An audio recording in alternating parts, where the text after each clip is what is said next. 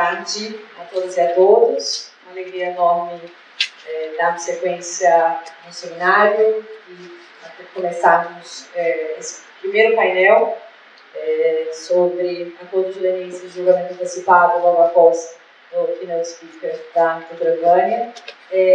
Queria então começar agradecendo ao IBRAC, a pessoa da Maria Cecília, pela oportunidade da gente estar aqui debatendo esse tema. Uma alegria enorme a gente ter dentro do escritório, junto com o Alexandre Duarte, o Daniel Ribeiro, idealizado esse painel e a gente ter a oportunidade aqui de receber cada um de vocês. Então, fica o meu registro de agradecimento. Um tema que a gente tem muito refletido e não preciso fingir que não sou entusiasta dos acordos de leniência, pois não poderia assim mentir, mas eu acho que a gente tem alguns outros temas também para começar a avançar nos debates, e eu acho que o julgamento antecipado é justamente um desses temas para a gente poder fazer essa reflexão a respeito de outros acordos, para além dos acordos de leniência, que podem ser soluções negociais para a administração pública. Algumas dessas reflexões a gente tem feito também academicamente, em termos de artigos. Eu acho que hoje conseguir escutar algumas das vozes, tanto do setor público, do setor privado, da academia, sobre essas reflexões. Então, queria explicar um pouquinho como que vai ser a dinâmica para que a gente tenha previsibilidade aqui no nosso painel e consiga cumprir o prazo, não é como uma boa virginiana que fez aniversário ontem, gosta de cumprimento de prazos, então estamos aqui já com um cronograma apertado. Mas a gente vai ter basicamente 2 rodadas de perguntas conduzidas para cada um dos palestrantes, e para tornar a apresentação um pouquinho mais fluida, à medida que eu for apresentar, direcionar a pergunta para as pessoas, vou apresentá-los também, para não ficar aquela coisa maçante. Então, começamos aqui, então, acho que uma pergunta inicial para o Marcelo Pontes. Então, graduado em Direito e Ciência Política, pós-graduado em Direito Público e Avaliação de Políticas Públicas, em Direito Disciplinar na Administração Pública e em Economia Nacional pela George Washington University, e também possui LLM pela University of Notre Dame, além de ser auditor federal de finanças e controle da CGU de carreira e atualmente secretário de Integridade Privada. Marcelo, uma alegria enorme tê-lo aqui. A gente já vem conversando e debatendo esse tema dos acordos de leniência há muitos anos, desde quando eu estava lá no CAD, a gente já teve os primeiros debates. Então, eu queria, se você puder tratar um pouco desse tema e a gente poder nivelar toda a nossa conversa. A gente está falando de um painel sobre acordo de leniência, que talvez seja o mais conhecido dos instrumentos que a gente está falando hoje, mas a gente tem o julgamento antecipado, que daqui a pouco pode mudar de nome, você pode contar isso para a gente também, ele vai se chamar termo de compromisso, que é um termo que a gente já está mais acostumado. Mas conta um pouquinho das semelhanças e das diferenças de cada um desses instrumentos e quais que são as mudanças que podem acontecer diante da consulta pública que acabou de sair da rua, mas que estava aqui há muito pouco tempo. Primeiro, boa tarde a todas e todos. Agradecer aqui a Cecília, o nome do IBRAC, aqui, é sempre um prazer estar aqui participando dos eventos. Eu fico muito feliz que a primeira vez que eu fui convidado a participar do IBRAC foi em 2015, e era um cenário que a gente ainda estava começando com a lei de corrupção, e eu acho que o IBRAC tentando também inovar essa temática, né?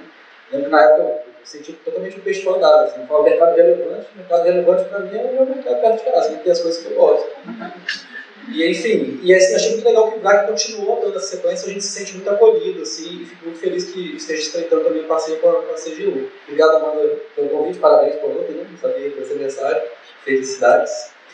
Bem, na ideia de nivelar aqui o que é o julgamento antecipado e fazer uma distinção em relação ao acordo de leniência, né? Como a nossa secretária falou muito bem, né? O acordo de leniência que foi trazido para dentro da lei de corrupção, ele foi copiado e colado da lei do CAD, né? Eu acho que não tem como esconder isso, tendo em vista que ele é literalmente uma cópia lá do texto que está na lei do CAD. E eu sempre brinco que quando a pessoa fez esse copia e cola, ele esqueceu de ver que tinha uns artigos antes ali que falam do termo de compromisso, né?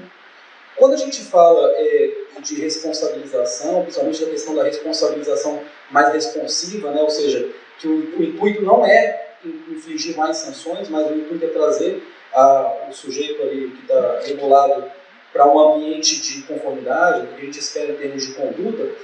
O que nos mostra a experiência é que você tem que ter variados instrumentos, né? Instrumentos que eles vão, de alguma forma, equilibrando a quantidade de reconhecimento que vocês dão, que o governo, que o Estado dá para o que é considerado como boa conduta, vis-a-vis ali o que o Estado vai extrair de benefício para aquilo. Então, assim, dito de forma mais objetiva, né?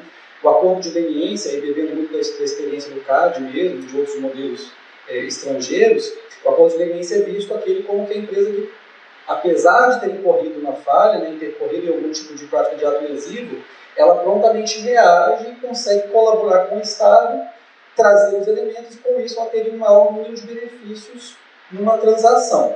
E aí, assim, é importante notar que no acordo de leniência da lei de corrupção, a empresa ela tem que preencher alguns requisitos, que são eles ali, né, naturalmente, a jurisdição, da responsabilidade, o compromisso de melhorar o seu programa de integridade, aperfeiçoar ou implementar um se ela não tiver, e a questão da cooperação com as investigações. E a cooperação com as investigações tem sido lido aí sempre como aquilo que só vale a pena para o Estado dar essa quantidade de benefícios na medida que ela traz informações que sejam úteis para o Estado. Seja para que ela consiga ter o Estado ter uma melhor compreensão sobre o que aquilo existiu, mas em muitos dos casos também na expectativa de que traga elementos novos para a gente poder gerar mais responsabilização de outros entes. E em suma, seria aumentar a capacidade investigativa do Estado. E, bem, na medida em que você premia isso como máximo, você tem vários outros cenários que são possíveis de acontecerem, mas que não necessariamente você vai ter uma empresa que preenche os requisitos da acordo de leniência, mas que ela está propensa a ajustar a conduta dela. Então, trazendo para exemplo, acho que fica um pouco mais claro. Ao longo dessa nossa trajetória dos 10 anos ali na CGU, a gente começou a observar alguns seguintes cenários. A empresa que, no extremo, né, ela não concorda com a imputação que está sendo feita contra ela não concorda que o Estado tem provas suficientes, ou não concorda sequer que aquilo está capitulado na lei, então ela vai para o litígio. Ela se defende, né, ela tem todas as prerrogativas de devido processo legal, ok. No outro extremo, você tem aquela empresa que faz aquilo que eu disse em termos de comportamento mais esperado. Ela identifica que houve a prática do ato lesivo e de pronto vai para o Estado e fala, olha, eu reconheço que eu fiz algo de errado aqui, eu quero admitir minha responsabilidade, quero celebrar um acordo e trago elementos que vão ser úteis para o Estado. Nessa compreensão, essa empresa, a gente tem que reconhecer esse comportamento e dar um maior número de benefícios para ela. Então, ela seria um celebrante do acordo de leniência. Mas, entre um extremo e outro, a gente começou a ver cada vez mais empresas em que ela reconhece que houve o ato ilícito, ela reconhece a necessidade de melhorar e de mudar, mas ela não consegue trazer elementos úteis para o Estado.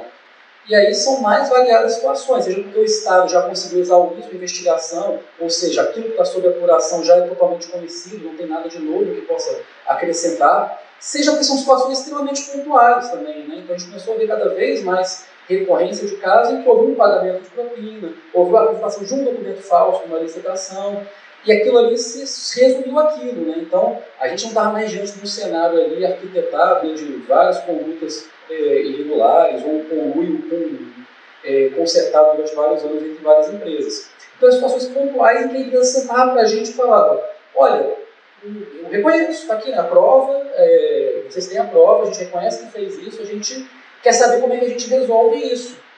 E a resposta que a gente tinha para eles era, olha, a lei não previu. Aquilo que eu falei dela não ter copiado os termos de compromisso do CAD, começou a ficar para a gente ali uma dor muito grande. Porque a gente estava dando tratamento, a consequência para essa empresa que estava tendo um comportamento que merecia ser recompensado, da condenada, aquela que não queria se defender, que não quer mudar o seu comportamento. Então a gente não estava conseguindo alcançar adequadamente esse tipo de situação e gerar os incentivos que a gente quer gerar, né? Bem, com base nisso, a gente tinha uma questão de ausência da previsão legal, mas a gente foi pensando em algumas alternativas. Primeiro, o permissivo legal da LINDB, que fala da possibilidade do gestor ali firmar termos de compromisso para solucionar questões controversas. Essa foi a primeira ideia, vamos fechar um termo de compromisso. Mas, enfim, pelas decisões da época, decidiu-se trazer um instituto do julgamento antecipado com inspiração no Código de Processo Civil, né, onde quando não há mais pendências a serem discutidas, você pode antecipar o julgamento da lide.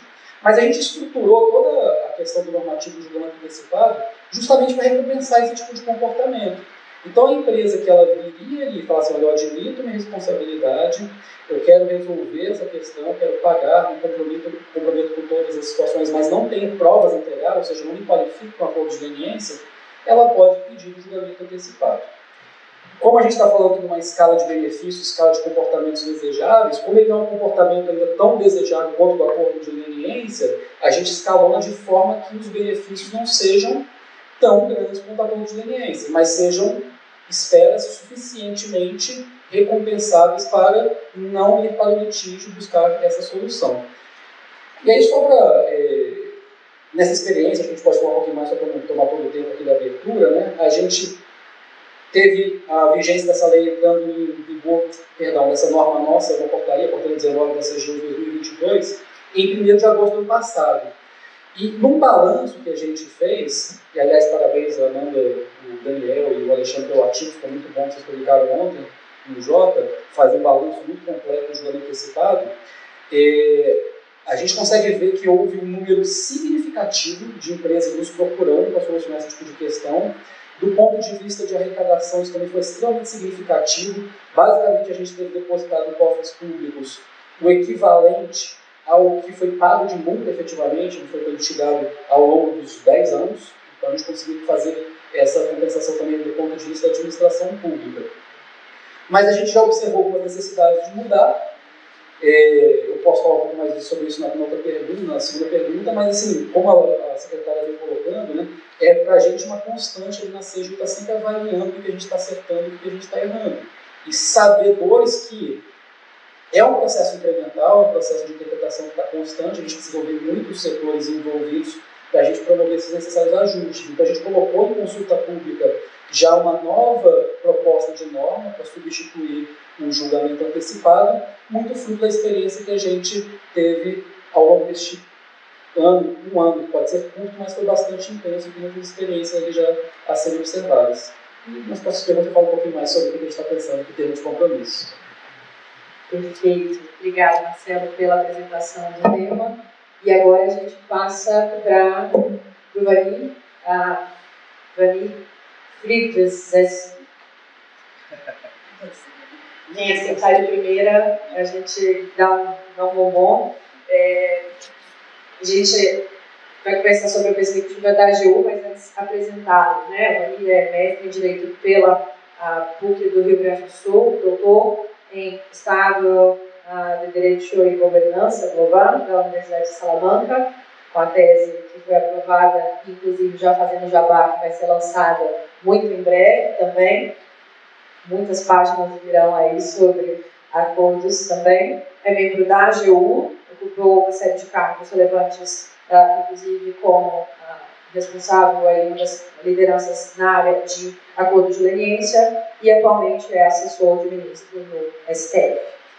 Vani, quando a gente fala, né, de acordo de leniência e de julgamento antecipado diante desse quadro que o Marcelo já colocou, a gente teve já os avanços no sentido de cooperação interinstitucional no acordo de leniência, na caixinha do primeiro acordo que a gente já está mais acostumado. Quando a gente vai falar de julgamento antecipado, ainda não há uma norma expressamente prevendo essa colaboração. Se, como e de que modo essa cooperação pode acontecer entre o CGU e a AGU? Perfeito, Amanda. Muito obrigado pelo convite, muito obrigado pelos questionamentos. É uma satisfação comparecer com o IBRAC para trocar ideias sobre esses temas. E, para mim, particularmente, é uma satisfação porque eu me considero, de certa forma, o pai biológico do que eu falei aqui. E hoje, justamente no dia do aniversário da minha filha, eu venho falar sobre o meu filho que eu acabei abandonando. Mas eu abandonei ele, mas com boas lições, com bons caminhos para que ele possa prosseguir. Mas justamente, estou Amanda e mais falaram sobre Porto Leniense sobre as soluções consensuais na LAC, como um todo. Né? Me parece que esse tema e a lei de corrupção ela tem uma série de acertos, mas ela tem também algumas séries, tem várias deficiências, né? Até pela forma como a doutora Vânia colocou, como foi sendo tratado. Eu acho que é um ponto que, ao longo desses 10 anos, passou talvez um pouco despercebido, né? É justamente o fato de que a LAC ela insere um sistema de dupla responsabilização, administrativa e civil judicial. Então, esse é um ponto. E qual é o segundo ponto? Preservando ou seguindo, digamos assim, a tradição brasileira, a LAC coloca múltiplas instituições para tratarem desses múltiplos sistemas de responsabilização. Falando no âmbito federal, isso pode ser replicado nos estados e municípios, no âmbito federal. Ela coloca a CGU como principal ator, né, especialmente para os acordos da leniência e para os ilícitos transnacionais, e ela coloca a advocacia pública do Tribunal da União, ou melhor, ela coloca os entes públicos que se manifestam através de suas advocacias públicas, né, e o Ministério Público como os atores responsáveis para tratar da responsabilização civil judicial. Então, justamente, um fato, a leitura pura, digamos assim, a interpretação primeira da LAC é justamente um fato desperta os dois âmbitos de responsabilização. E talvez, isso é uma brincadeira, mas é muito sério o que eu falo. E eu acho que faltou um artigo no final, nas disposições finais da LAC, mais ou menos no seguinte sentido. Órgãos públicos, eu coloquei várias camadas de responsabilização, eu coloquei vários atores para trabalhar, então eu vou dizer uma coisa, se organizem e cooperem. Eu acho que faltou um dispositivo dessa natureza na LAC, para talvez até impedir esse tipo de conflito que o doutor colocou, e até alguns conflitos que caem de nós. Eu acho que muitos órgãos se arvoraram do poder de querer conduzir processo da LAC sem nenhuma competência, com todo respeito.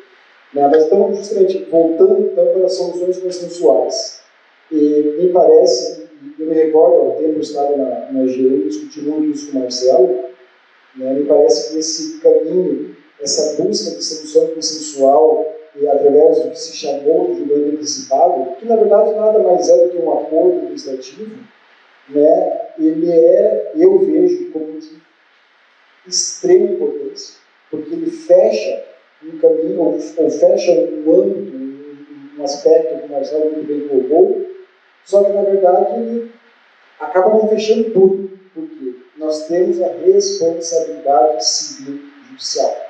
Né? E muito embora no âmbito federal a CGU conduza, me permito falar, não é pelo carinho que eu tenho pela CGU, mas eu acho que a CGU conduz com maestria essa pauta, só que a CGU, bem ou mal, certo ou errado, ela não tem atribuição para resolver as questões civis e judiciais. Né? E isso sim, isso provoca, isso demanda o quê? Isso demanda uma atuação dos órgãos com competência para atuar nessa temática, né? Nesse campo de responsabilização, que no âmbito federal é Central da União, pensando na audiência pública. Né? E justamente me parece que esse é um ponto muito importante, depois provavelmente o Marcelo vai abordar sobre isso, e se é nem falo isso como um advogado da União e hoje como assessor do ministro do STF, falo mais como um estudioso do tema.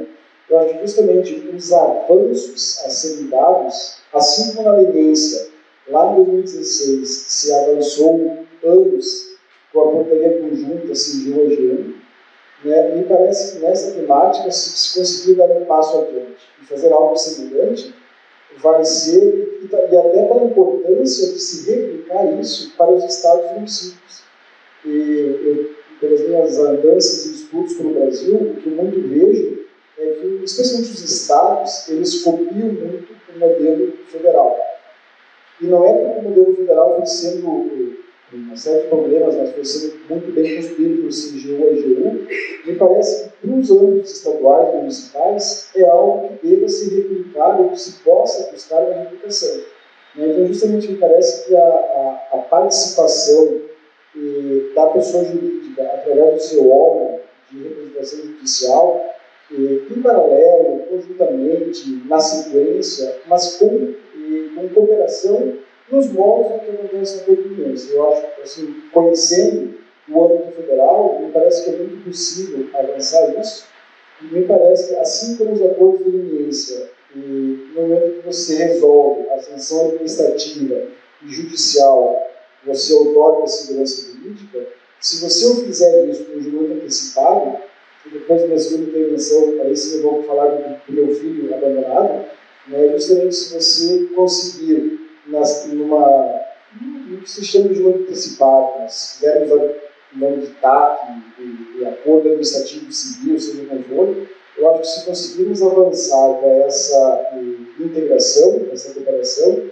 em termos de segurança jurídica, me parece que é o que se almeja. Então, assim, até para não me alongar mais, me parece que é de extrema importância essa participação, justamente porque buscar fechar os dois aspectos, administrativo, civil e judicial. Com esse caminho, você tendo a atuação dos múltiplos órgãos, das múltiplas agências que atuam, e se deu certo a leniência, que é o maior, que é o mais complicado, digamos assim, e inclusive a leniência deu muito certo até com o Ministério Federal, com vários acordos fechados por 3, 4 agências. Me parece que não há como não dar certo nesse aspecto, não que seja menor, não que seja de menos importância, mas justamente tem casos, às vezes, menos complexos, e me parece que é muito mais plausível essa construção de um acordo, de uma solução consensual e que envolva esfera administrativa e civil judicial, como já se significou, e como eu conto mais detalhes na minha próxima intervenção. Excelente, muito obrigada. E agora a gente passa para o Proença. José Marcelo Martins Proença é graduado, mestre e doutor em Direito Comercial na USP, professor de Direito Comercial na USP e na GV, um dos melhores professores que lá em São Francisco certamente tem. Fui aluna dele, então posso dizer de carteirinha, e é diretor de comparacidade da JBS. Professor Proença, queria ter primeiro a sua reflexão pela perspectiva acadêmica.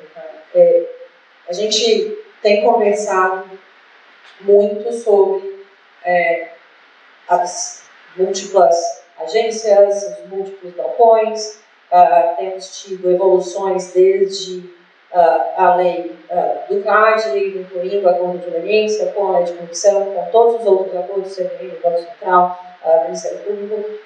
Como que o senhor entende a existência de uma luz no fim do túnel para a cooperação interinstitucional? Como têm sido os debates aí na academia? Muito boa tarde a todas e todos.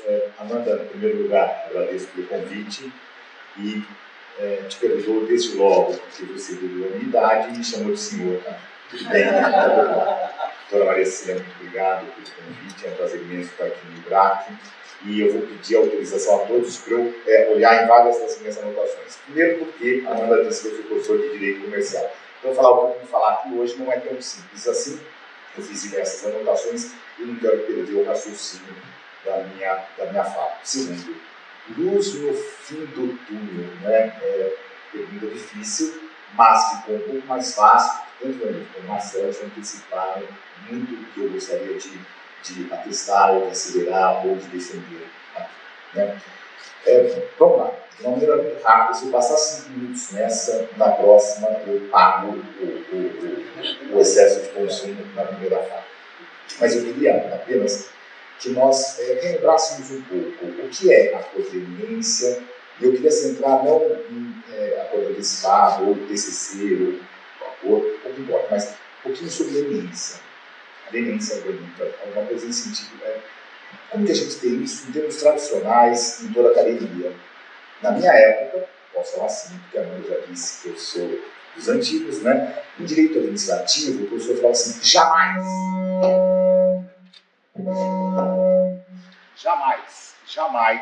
o Estado pode sentar à mesa como, aspas, bandido, para fazer acordo com ele. Isso vai contra os princípios da moralidade do direito administrativo. Melhorou? Né? Muito bem. Então, a nossa tradição é não se pode fazer acordo com aquele que descumpre a lei. Eu diria princípios de moralidade do direito administrativo. Evoluímos, e evoluímos bem, no sentido de que é possível, é razoável, é necessário sim se mudar de ideia para perceber que muitos podem ser os benefícios, Marcelo e Jamila atestaram com isso, muitos podem ser os benefícios para o Estado, para toda a sociedade, ou mesmo para os agentes econômicos, que se celebre algum acordo. Em que situações? Em situações de ganha-ganha. Eu, privado, tirar um monte de benefícios, Estado, você, Estado, vai ter muitos benefícios com isso, distribuindo esses benefícios com toda a coletividade, e com isso eu, particular, também vou ter benefícios. Então, se há razoabilidade para, em algumas situações, não todas, o Estado poder sentar à mesa junto com o infrator para celebrar um acordo, vamos lá, vamos então criar isso dentro do nosso ordenamento jurídico. Bom, quem traz acordo de leniência para a nossa experiência? O ramo mais legal de todos os direitos, direito antitrust, direito concorrencial, que é o melhor que esse, né? Direito antitrust, o mais criativo, o mais legal, o processualista mais moderno. E o antitrust no país traz acordo de leniência, lá no início do século. Traz acordo de leniência, aqui no gráfico, fácil, né? Precisa falar de antitrust, concorrência, fica tudo mais fácil, mas o CAD traz e evolui muito com isso, desde o início do século. E o CAD traz isso pensando justamente, eu preciso de um instrumento que traga maior eficiência para o sistema de repressão contra ilícitos mais complexos de serem investigados. E ilícitos do antitrust, geralmente cometidos por aqueles com posição de dominação de mercado ou em mercados muito concentrados, geralmente são muito mais rebuscados e mais passíveis de serem bem escondidos e muito bem celebrados, porque o Estado não tem a condição alguma de bem investigar ou ter provas efetivas para poder dar a resposta legal. Muito bem. E daí, o que acontece? CAD, antitrust, sendo pai, sendo genitor, de acordo com o leniência no nosso país, desde 2013, mais ou menos, nós temos, primeiro, redação pelo CAD de inúmeras cartilhas, inúmeros guias, vários exemplos de soft laws regulando o acordo de leniência. Isso é algo que traz previsibilidade, segurança, que é tudo que o Estado, todos, privados, Estado, dizem que falta para acordo de leniência anticorrupção. Então o CAD vem e regula, explica. Nós temos documentos com exemplos de acordos de leniência. Nós temos documentos outros dizendo qual a prova, qual é o fator probatório, qual é o conteúdo probatório que encaminha para esse caminho, para aquele outro caminho. Aonde? No antitrust. O que mais nós temos? Muito bem. Quando se pensa em ilícito antitrust, muitos deles não são só ilícito administrativo. Então a questão de anticorrupção não é só uma questão de sanção administrativa. Nós temos crime dentro do antitrust. E nós temos ilícito civil dentro do antitrust, na grande maioria dos casos. E o CAD, percebendo que isso é um problema e merece muito bom estudo e reflexão, a gente tem MP desde o início, junto ao CAD, para assinar junto com ele acordos de leniência, trazendo, portanto, segurança, previsibilidade, ausência de questionamento futuro sobre o acordo celebrado. No anticorrupção, que vem depois, portanto, poderia ter gozado de toda essa experiência fundada do CAD, a questão ficou diferente. Né? E daí, eu penso em mais uma questão. Ao lado do ilícito administrativo e do ilícito criminal, eu ainda tenho todo o antitrust tentando ainda incentivar acordos de leniência, ou minimizar a insegurança ou efeitos adversos de um acordo de leniência, tentando bem regrar a questão do ilícito civil. Nós temos regra super recente, mas já em vigência, no sentido de que, se é leniente, não é responsável solidário pelo dano causado. Se é leniente, indeniza pelo prejuízo que causou, e não optar ou extravagante, pouco importa com quem chamar, ou duplicar a penalidade civil em razão de não ser leniente. Então, o que eu quero mostrar é genitor de antitrust e acordo de leniência no país, há 2 décadas, evoluindo. E eu pergunto a vocês, a gente vê notícia ou manifestação no sentido de que estou inseguro para fazer um acordo de leniência com o CAD ou não, ou fiz e agora estou aqui inseguro, está me faltando possibilidade, não sei o que pode acontecer. Há um nível de insegurança natural, mas há uma estabilidade em celebração de acordos de leniência junto com o antitrust. Pode melhorar? Pode. E a gente tem trabalho hoje do CAD, com a audiência pública, justamente com uma reformulação, remodelamento de alguns pontos de acordo de leniência. Muito bem. Em razão dessa postura do CAD, o que eu queria, mais uma vez, acelerar? A gente vê manifestação clara na academia, ainda no sentido de segurança e previsibilidade aos jurisdicionados, em acordo de leniência com o CAD, em esfera administrativa e criminal. Segundo, eu acabo tendo justamente uma eficácia enforcement do antitrust, do concorrencial, de uma maneira muito mais latente pós-acordo de leniência. Eu pergunto a todos que conhecem e gostam do antitrust: condenações relevantes de cartel antes de acordo de leniência no nosso país? Acho que não dá para contar nos dedos de uma mão. Pós-acordo de leniência, como são as investigações e o apenamento efetivo das infrações mais sérias no antitrust. Então vejam, eu tenho, na realidade, na vida real, o efeito almejado do acordo de leniência da forma como, desde 2003, tem sido pregado e atuado pelo CAD. Outra vez, o pai, o genitor de leniência no nosso país.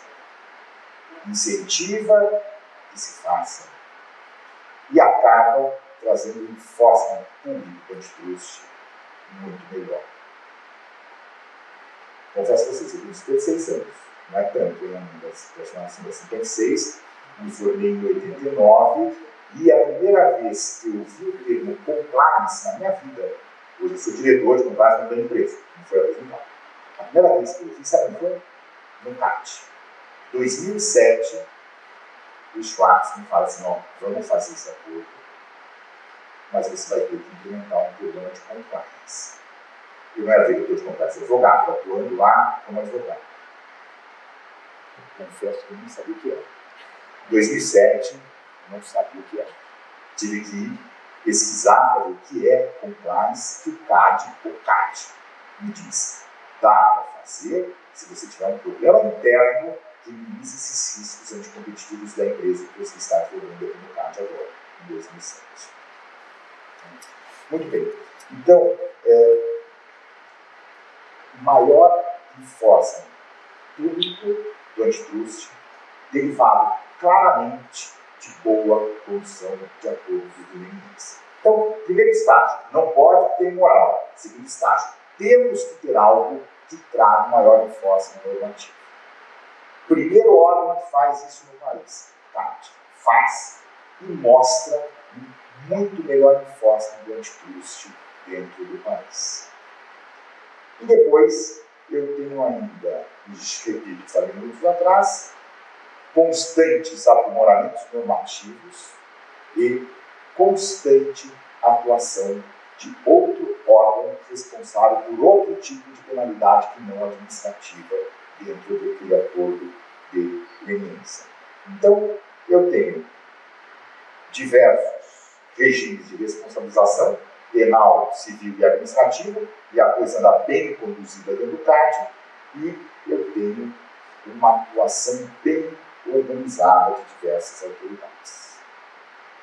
Muito disso tudo deriva dessa moça que eu chamo de você, que está aqui do meu lado, que lá esteve por tanto tempo cuidando de acordo de leniência.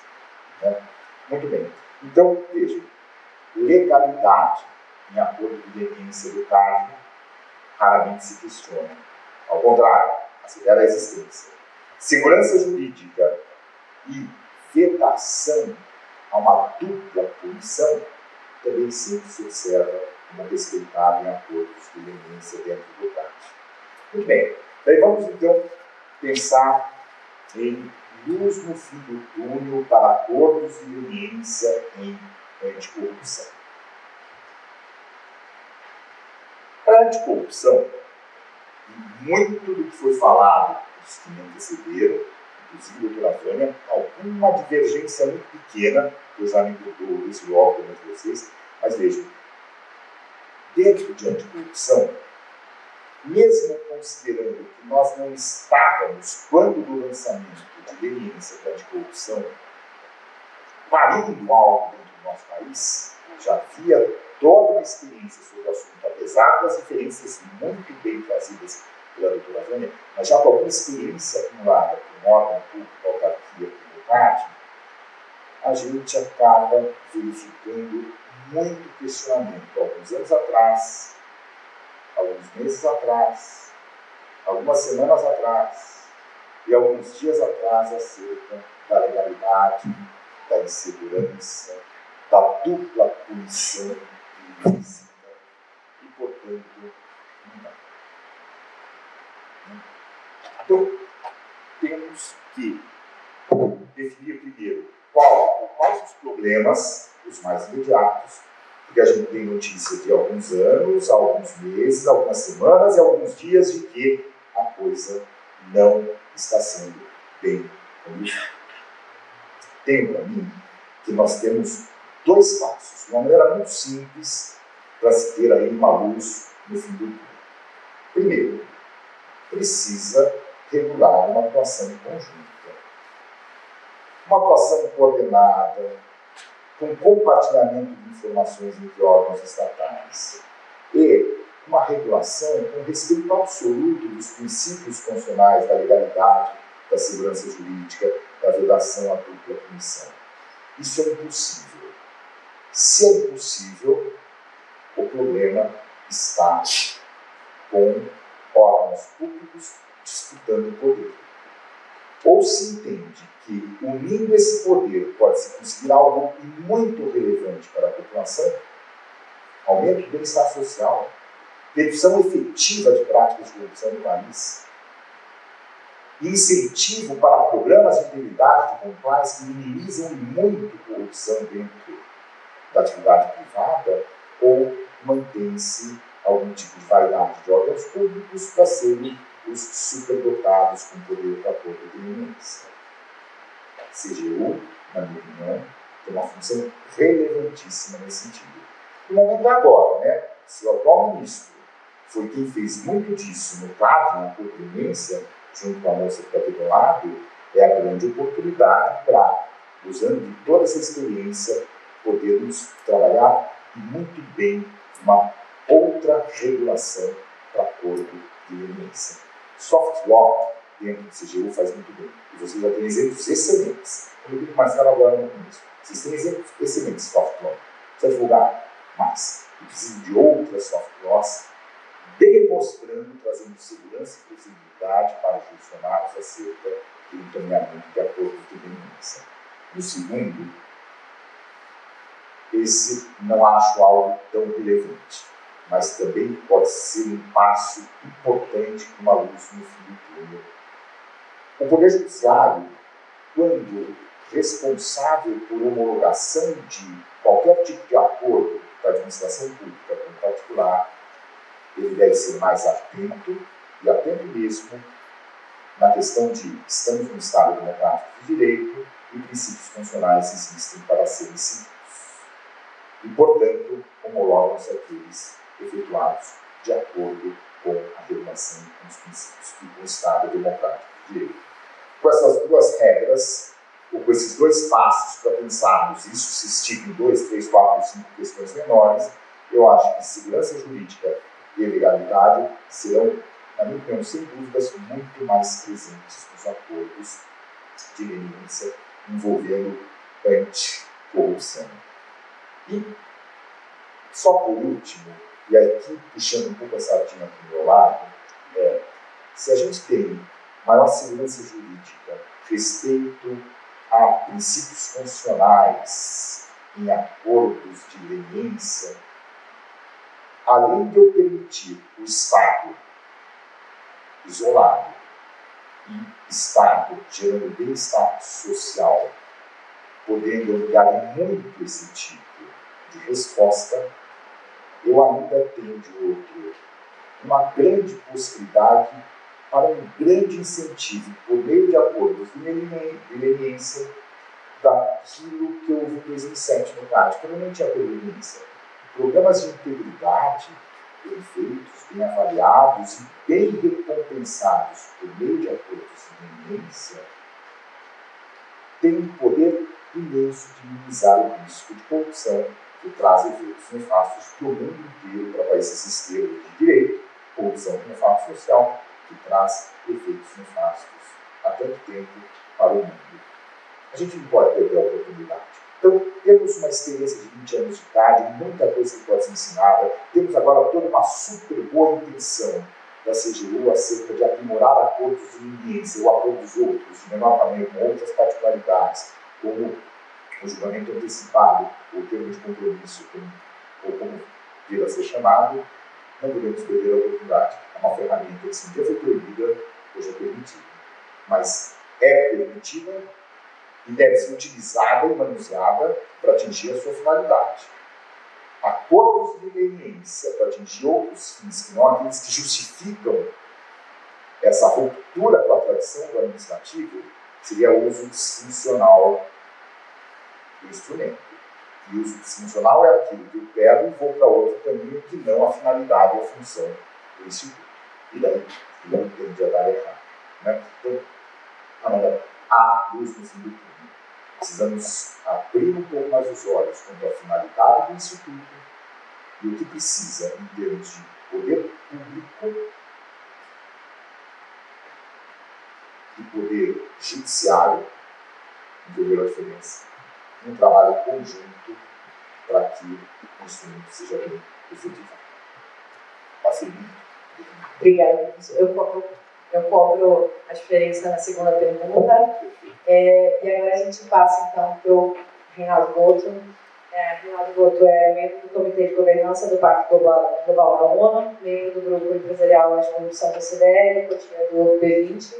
Boto, obrigada por ter topado participar do painel. E eu queria, diante dessa sua experiência internacional, comparando, então, a legislação brasileira e as outras práticas internacionais, como que você entende os incentivos, né, para uma empresa aderir ou a um acordo de leniência ou a um julgamento antecipado, e como mensurar, nessa lógica de benefícios, também os possíveis riscos em cada um desses acordos?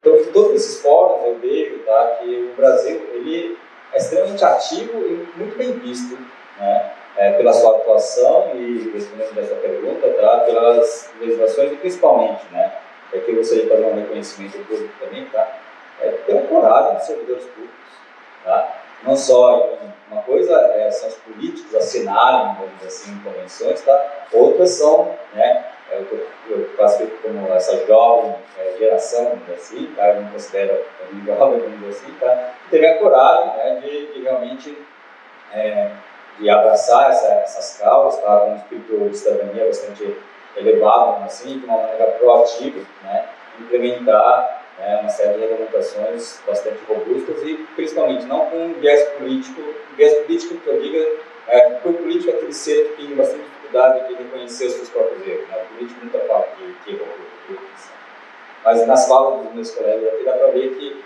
né, os servidores públicos do Brasil, eles têm essa concepção, vamos dizer assim, tá, não só do espírito da minha, mas essa preocupação com a melhoria contínua. Então a gente pode ver, né, a melhoria contínua não só no decreto 8420 de 2015, tá, mas que foi melhorado no ano 129 de 2020, tá, e ainda por cima disso está melhorado ainda com a portaria de 19, né, de 2022, tá, que fala muito, né, com a publicação da CBF de 2019 também, né, de non-prior resolution para temas de anticorrupção. Então acho que o Brasil, em todos os fóruns que eu vou internacionais, tá, inclusive da CBF esse ano, tá, vamos ter um encontro da ONU essa semana também, tá, tenho certeza que, assim como lá em Paris, tá, fomos muito elogiados, tá, acho que também em Nova York também essa coragem dos servidores é muito reconhecida e essa preocupação com a melhoria contínua. Tá? Acho que é uma coisa fundamental também que melhorou bastante, né, no trato com a AGU e a CGU, tá? Parece simples, mas é muito importante, né, a questão da confidencialidade das negociações. A pior coisa para um ente privado, tá, é você negociar através da mídia, tá, falando que fulano de tal vai assinar um acordo, tá, então vai ter uma ameaça agora, tá, de uma outra pessoa, tá, que vai fazer uma delação, tá. Então esse é o pior cenário possível, tá. Isso demonstra também, né, uma falta de respeito, acho, no processo de negociação. Eu acho que esse sigilo, né, que a AGU e a CGU conseguiram construir, tá, esse respeito pelo processo de negociação, ele é bastante importante. Né. Confesso também, tá, uma passagem bastante interessante da doutora Vânia falou, tá, eu vou chegar na minha conclusão, tá, é que nas primeiras edições do Selo Proética, né, nós na iniciativa privada nos questionávamos muito no seguinte sentido: nossa, mas por que o governo está fazendo isso de graça? Né? Vai me dar um acesso de graça, ou vai me dar um selo de graça? Né? E eu me recordo lá nos 2012, 2013, que nós mesmos nos suspeitávamos o seguinte: mas eles estão fazendo isso para aprender também e criar os próprios mecanismos deles. Tá?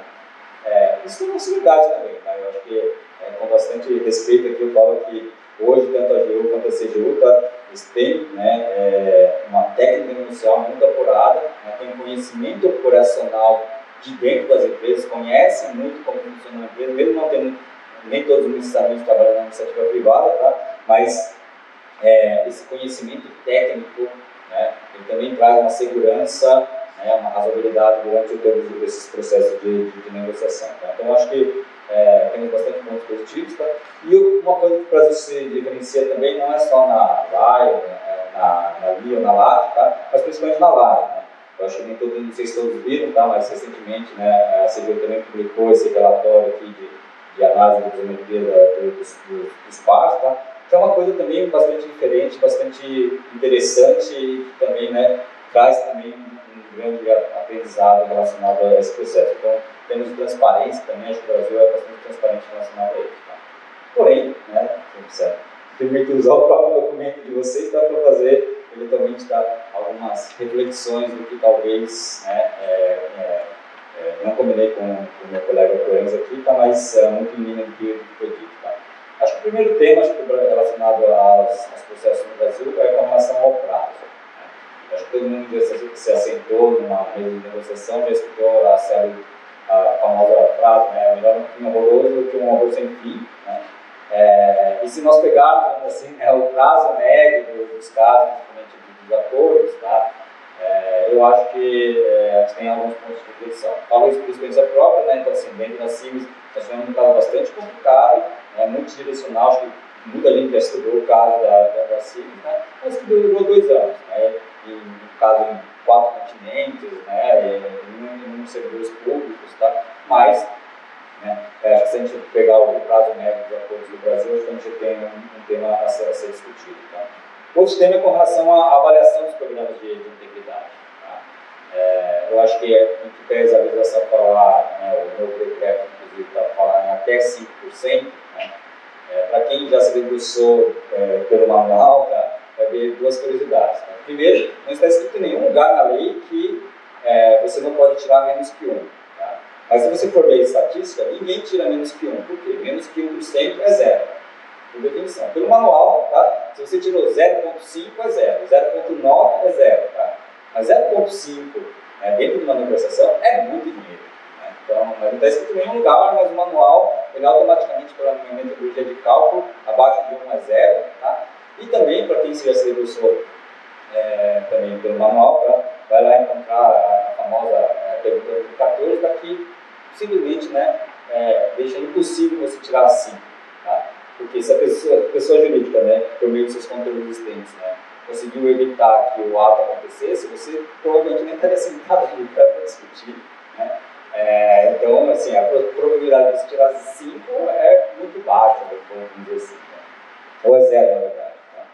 Eu acho que o Brasil também inventou algumas coisas, né? O famoso artigo 5º, né? A questão da atividade de fiscalização, tá? É um tópico brasileiro, assim, bastante específico, que acho que a gente precisa ainda expressar um pouco, né, o entendimento relacionado a esse item.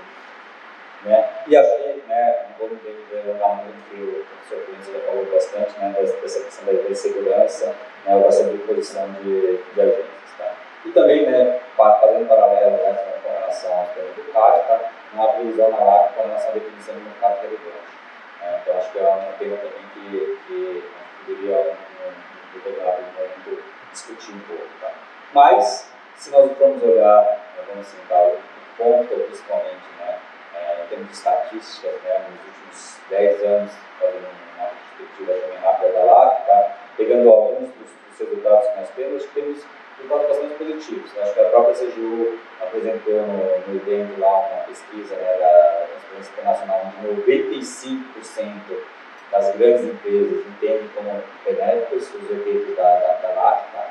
Mas também faço referência aqui a um estudo que nós ajudamos a produzir também dentro da OCDE, onde 90% das empresas pesquisadas, e nenhum país da OCDE teve um indicador tão alto desse, tá?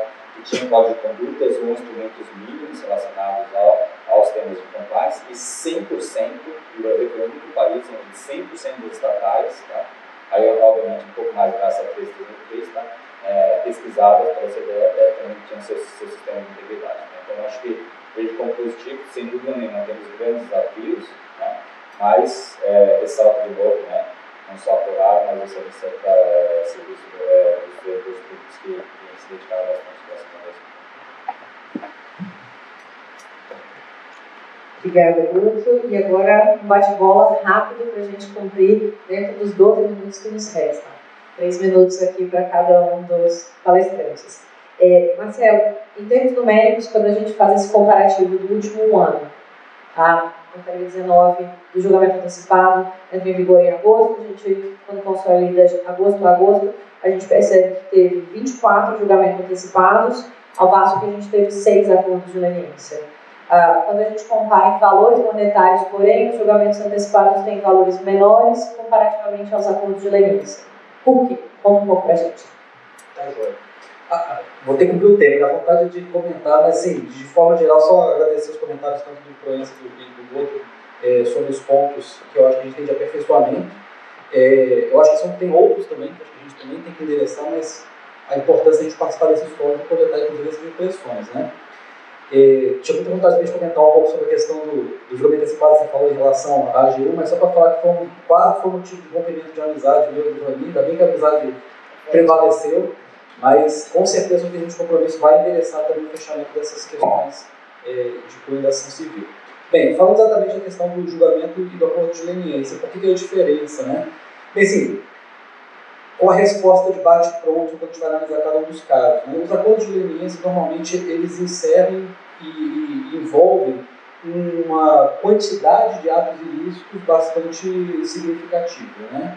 Lógico que a gente tem variações, né? Tem acordos que pegam 5, 6, 7 anos de atos lesivos, enquanto você tem acordos ali que podem ser em situações mais pontuais. Mas, regra geral, eles pegam um conjunto de atos ilícitos que não é o caso do julgamento antecipado. O julgamento antecipado ele trata de uma questão definida e fechada ali no âmbito de um processo.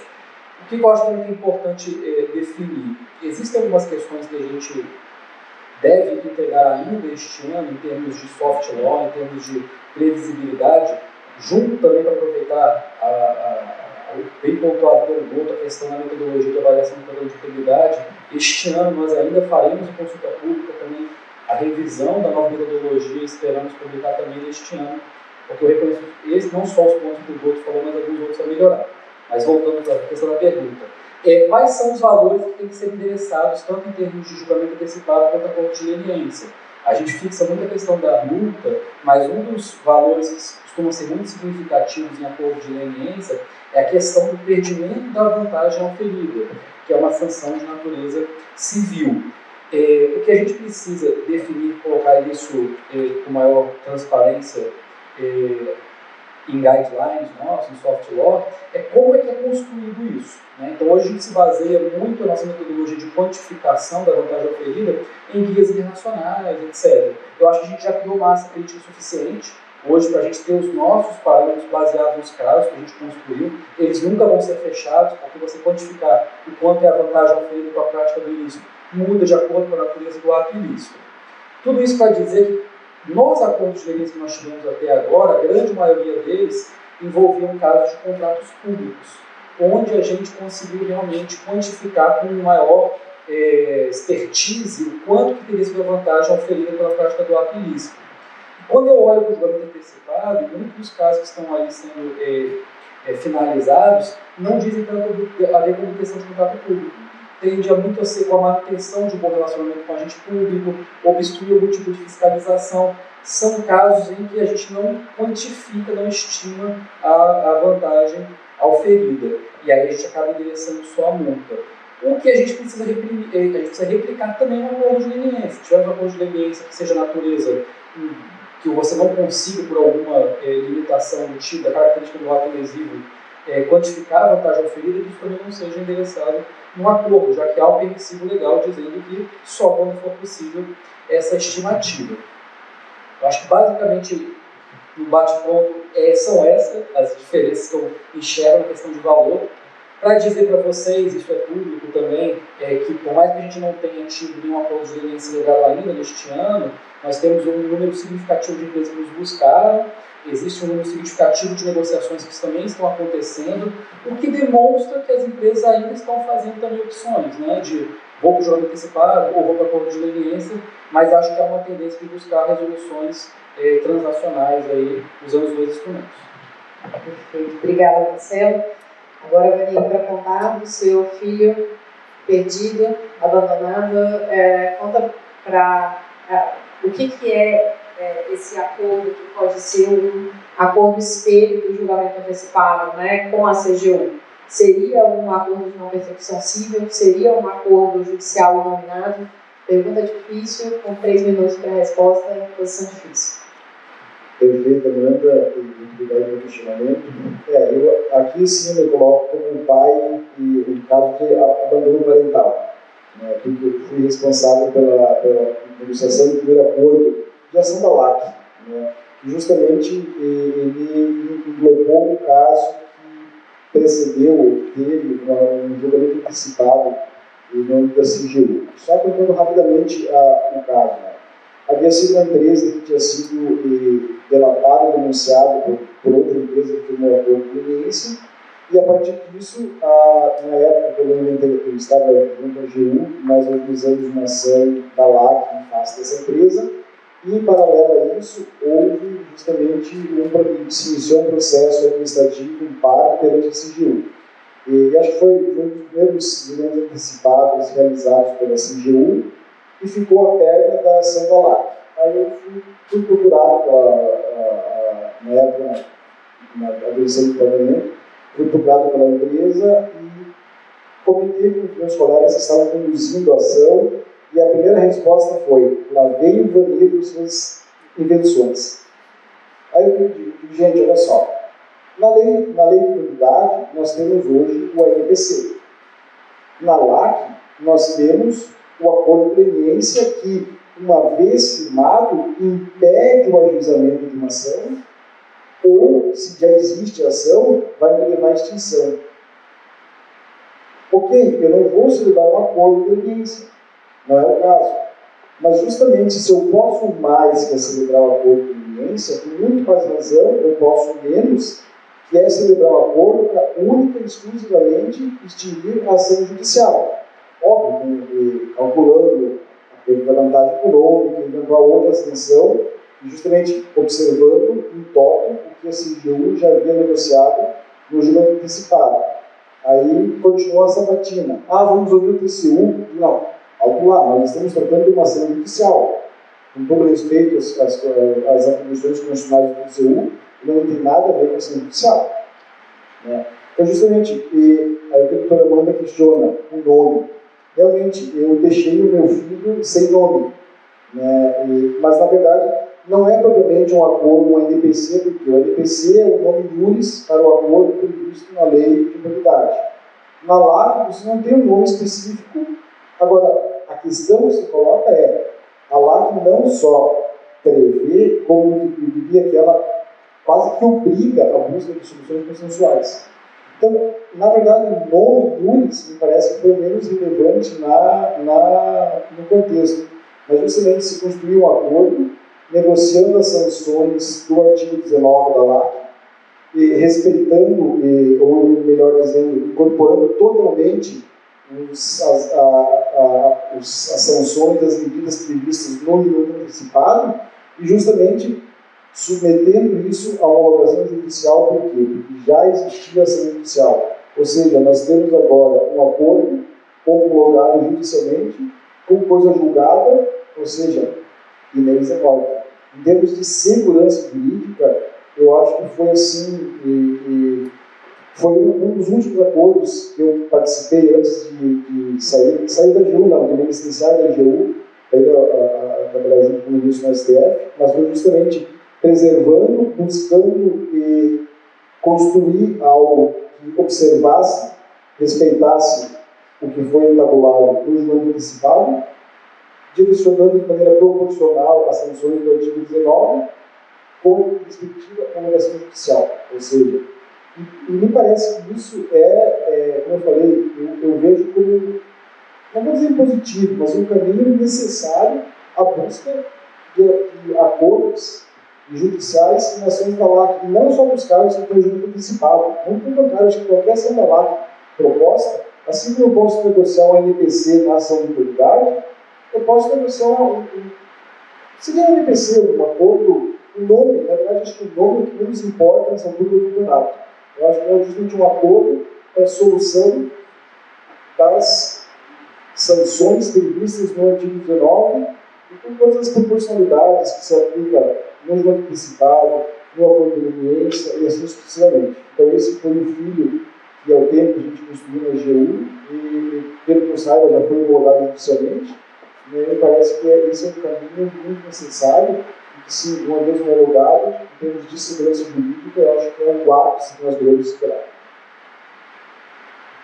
Obrigada, Camille. E agora, professor Proença, 2 minutos, sobre... queria, agora que a gente começou a falar sobre homologação judicial também, quais que seriam, então, as cautelas que devem ser adotadas pelos acordos para que eles tenham essa segurança, as cautelas adotadas durante o processo de negociação, para que, quando chegarem ao judiciário, eles venham a se confirmar? Perfeito. Acho que não tenho nada para acrescentar para essa eleição, né? Vai ser muito rápido mesmo. Eu acho que, pensando na autoridade pública, não é? Quais são as cautelas? Primeiro, muita atenção com relação a excessos. Excessos com descumprimento de princípios constitucionais na gestão e na negociação. Atenção com relação a excessos.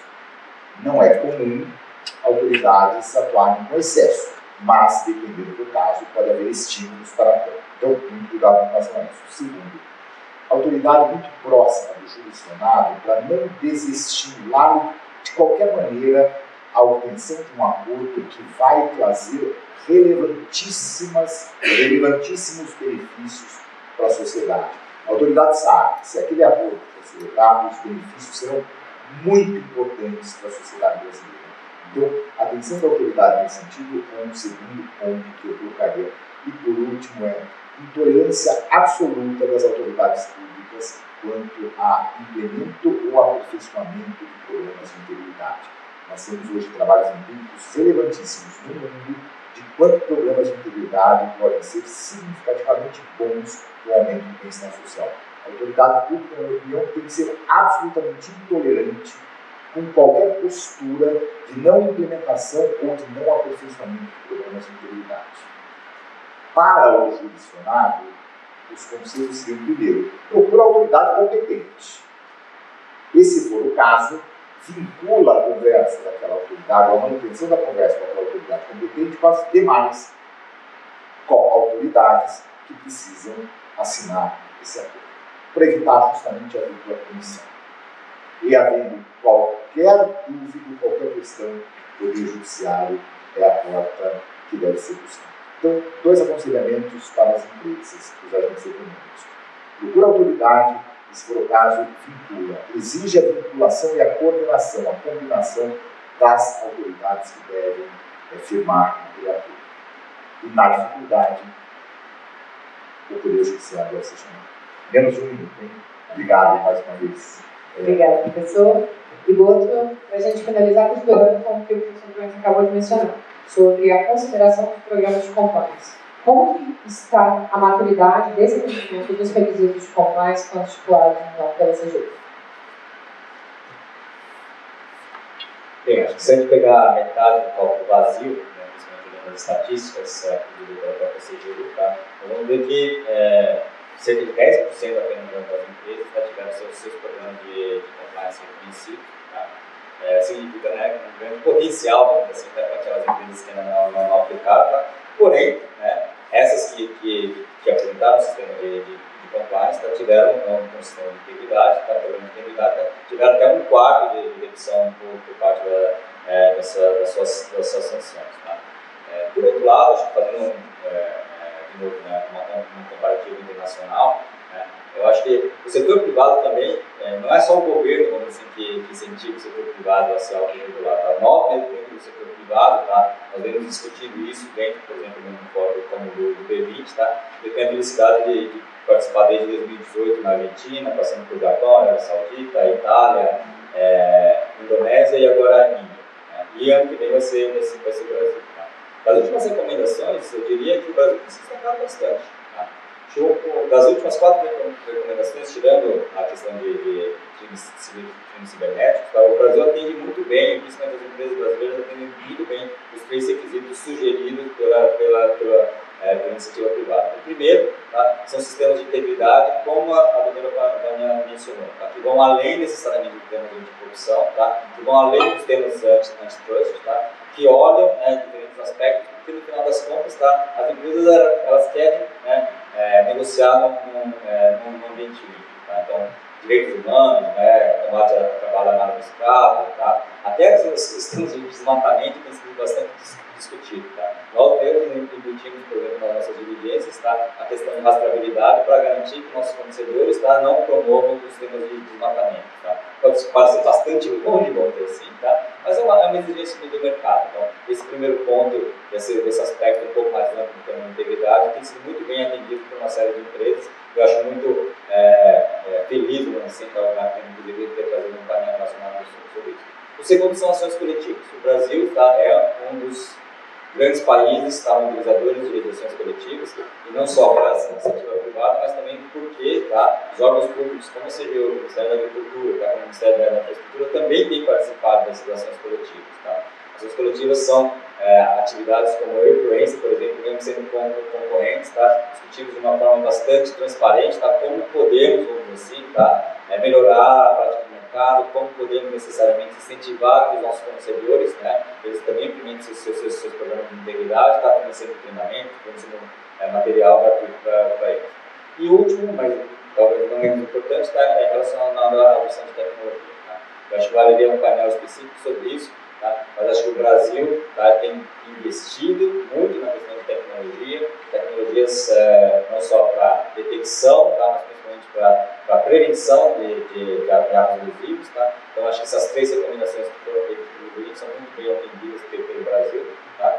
De novo, tá, esses esforços ainda não foram discutidos nas estatísticas, mas eu vejo com bons olhos a maturidade das empresas brasileiras em relação a isso. De novo, muito obrigado pela oportunidade. Obrigada a todos. Acredito que, em benefício do tempo, a gente encerra sem perguntas. Certo, Cecília? Certo. E passamos, então, ato contínuo para o próximo painel. Certo, Cecília? Certo. Então, próximo painel. Muito obrigada a todos, obrigada aos palestrantes, obrigada a vocês pela audiência.